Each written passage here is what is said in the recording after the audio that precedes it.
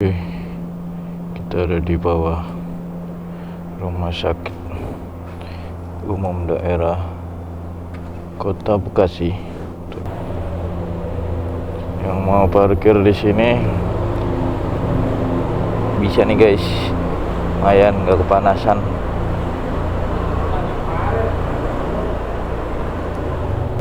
Oke, kunci aman, nggak ketinggalan. Kita keluar.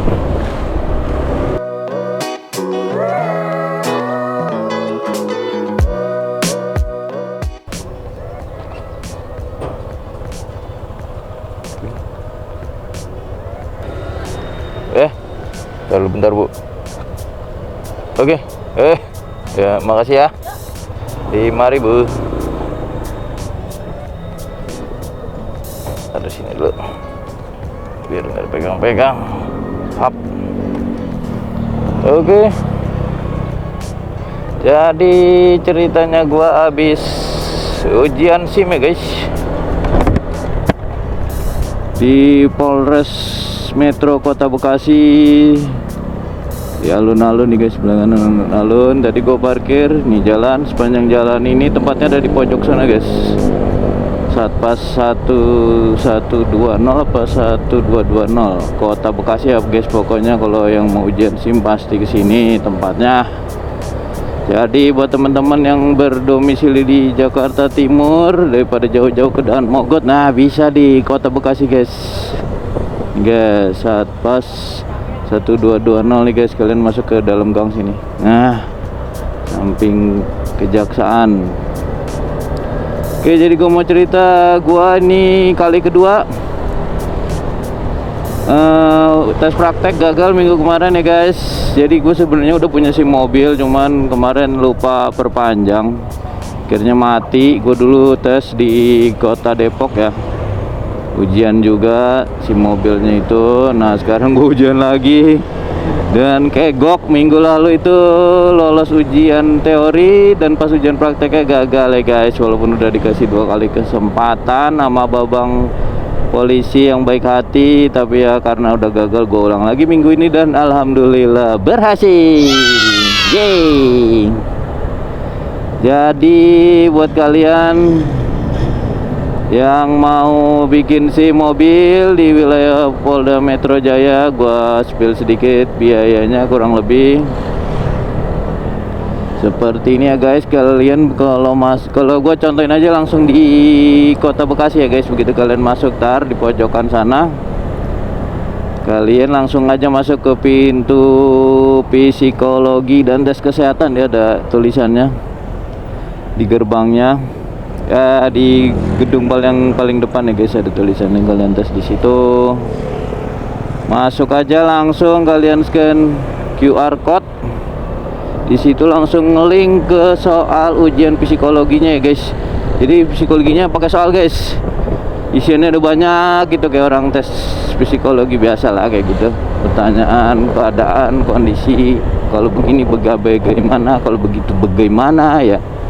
Lumayan banyak, gua ngisi sekitar berapa menit ada ya, 15 menit kali. Situ kalau udah selesai tes psikologi, lulus dengan minimum nilai berapa per berapa gue lupa minggu lalu. Itu kalian masuk lagi di dalam, ada ruangan untuk pembayaran. Biaya tes psikologinya itu 60.000. Kemudian setelah bayar tes psikologi, kalian dapat resi, kalian ke ruangan di sebelahnya ada tes kesehatan. Di situ dicek buta warna ya guys. Itu bayar lagi 35.000 kalau nggak salah. Ntar gua koreksi kalau salah di layar. Setelah bayar tes kesehatan, kalian pindah lagi ke loket sebelahnya. Itu ada bayar asuransi Bayangkara ya guys. Itu 50.000. Dapat kartu preminya. Kemudian setelah itu kalian belok kiri dari loket asuransi. Nah masuk ke ruang pertama ya, dari Satpas itu pintu masuk ruangan pertama itu. Di situ kalian tadi titip KTP sambil ditukar name tag sebagai peserta ujian pembuatan SIM atau perpanjangnya guys. Kemudian kalian masuk ke ruangan gede. Di situ masukin pendaftaran, ngisi kertas dulu. Tadi yang dari pintu masuk itu dikasih kertas isian buat pembuatan SIM baru ya. Gue bikin SIM A, isi, serahin ke loket pendaftaran. Ada loket nomor 2 guys, tulisannya gede ada di pojokan. Kemudian setelah kalian pendaftaran, tunggu sebentar, kalian akan digeser ke sebelahnya, ada ruangan buat foto guys. Di situ ruangannya paling pojok, dari paling pojok kiri terus masuk lagi ke ruangan ke kanan itu ada ujian teori dan fasilitas foto identitas sama tanda tangan itu guys, biasa. Nah, setelah kalian pertama difoto dulu nih, dipanggil masuk ruangan foto satu-satu, set, udah difoto tanda tangan, rekam sidik jari. Kalian di sebelahnya ada tuh di pojokan ruang tes teori. Nah, tes teorinya nih canggih nih guys di Kota Bekasi. Kalau dulu kan gue 12 tahun yang lalu ya di Kota Depok itu masih manual ujiannya zaman dulu. Sekarang udah pakai komputer guys. Dan layar beranimasi. Di situ di ujian teori itu kalian satu orang satu komputer disertai headset, jadi kayak tes komputer gitu. Nah, di situ kasih berbagai macam kondisi lalu lintas guys. Kalau ada halangan kalian harus gimana, kalau marka begini artinya apa, kalau ada batas kecepatan apa yang harus dilakukan. Nah, seperti itu. Kalian tinggal isi di komputer tersebut. Nah, itu ada nilai minimumnya juga, kalau nggak salah 70 ya, kalau nggak salah, ingat itu guys ya. Bantu gue lulus tuh minggu lalu tuh di situ. Habis itu langsung balik lagi ke loket depan yang tempat daftar ujian praktek guys.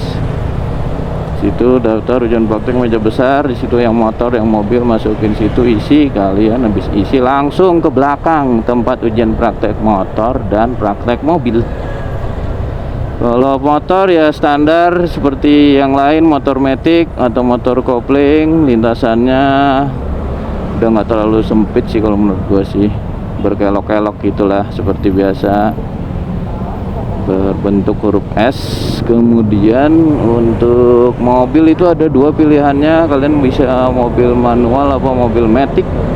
Untuk Kota Bekasi itu mobil manualnya menggunakan Grand Max ya guys, Grand Max. Sedangkan untuk mobil maticnya tadi tuh menggunakan Terios Konde guys, itu matic ya guys. Jadi kalian bisa milih nih, kalau manual ada, matic ada guys. Nah, kalau yang manual Grand Max-nya udah agak mengenaskan kondisinya guys. Kalau yang matic masih bagus lah mobilnya tuh, si Terios maticnya guys. Seperti itu. Untuk bentuk ujiannya praktek, kalau mobil itu dia keluar masuk parkiran ya guys. Jadi nggak ada tes berhenti di tanjakan untuk Kota Bekasi. Jadi dari dalam parkiran berpatok-patok itu yang nggak boleh kesenggol kalau jatuh gugur. Nah, dari dalam patok kalian keluar ke kanan, set. Setelah keluar ke kanan, mundur lagi masuk ke dalam patok parkiran tadi. Terus setelah masuk patok parkiran, keluar lagi ke arah kiri. Terakhir langsung mundur lagi masuk ke dalam patok. Nah, ini agak tricky guys. Jadi kalau kalian yang baru nyoba pasti agak sulit sih kalau menurut gua aja yang udah 12 tahun nyetir masih kagok ya, grogi. Minggu lalu itu gagal walaupun udah dikasih 2 kali kesempatan ya, karena patoknya bener-bener ukuran mobil. Kemudian ya mobil kan beda-beda ya radius putarnya, jadi kita emang harus adaptasi dulunya itu. Kita nggak tahu mobil itu beloknya seberapa patah apa seberapa longgar gitu kan. Jadi begitu kalian salah sedikit, ngambil ancang-ancangnya, telat belok apa kecepatan belok, nah itu otomatis patoknya akan tersenggol pada patokannya. Triknya nih, gue kasih tahu trik bocorannya cara biar lolos keluar parkiran patok itu. Usahakan patoknya telah melewati kursi pengemudi ya guys. Kalau mau belok pertama ke kanan tuh, begitu patok batas yang paling luarnya itu udah melewati kursi pengemudi, baru bisa kalian setirnya pentokin paling kanan guys. Maju pelan-pelan sambil dikoreksi dikit-dikit, jangan sampai patok belakangnya itu kesenggol pada saat keluar parkiran. Kalau waktu mundur itu juga agak tricky guys. Pokoknya mobil harus sampai mentok pinggir pagar itu, langsung kalian mundur mungkin sekitar 5 cm, langsung setirnya pentokin kanan aja guys, biar mobilnya masuk ke dalam parkiran tanpa tersenggol bagian sisi luarnya ya guys. Karena kan kita ngelihat ancang-ancang masuk ke sisi kanan nih, patok kanannya aman, jangan sampai patok kirinya yang di pantat mobil itu malah nyangkut. Nah, minggu lalu gue nyangkut pas mundur itu gitu guys. Oke guys, jadi setelah kita lulus ujian praktek,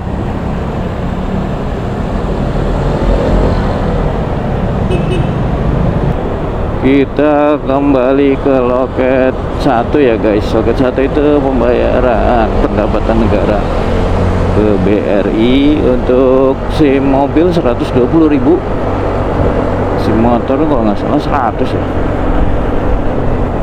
Setelah dibayar di loket 1, nanti kita dapat berkas untuk segera mencetak SIM ke loket pencetakan SIM. Di situ kita tunggu lagi sekitar ya 15 menit lah. Udah deh, habis itu dipanggil nama kita dan SIM-nya jadi. Nani?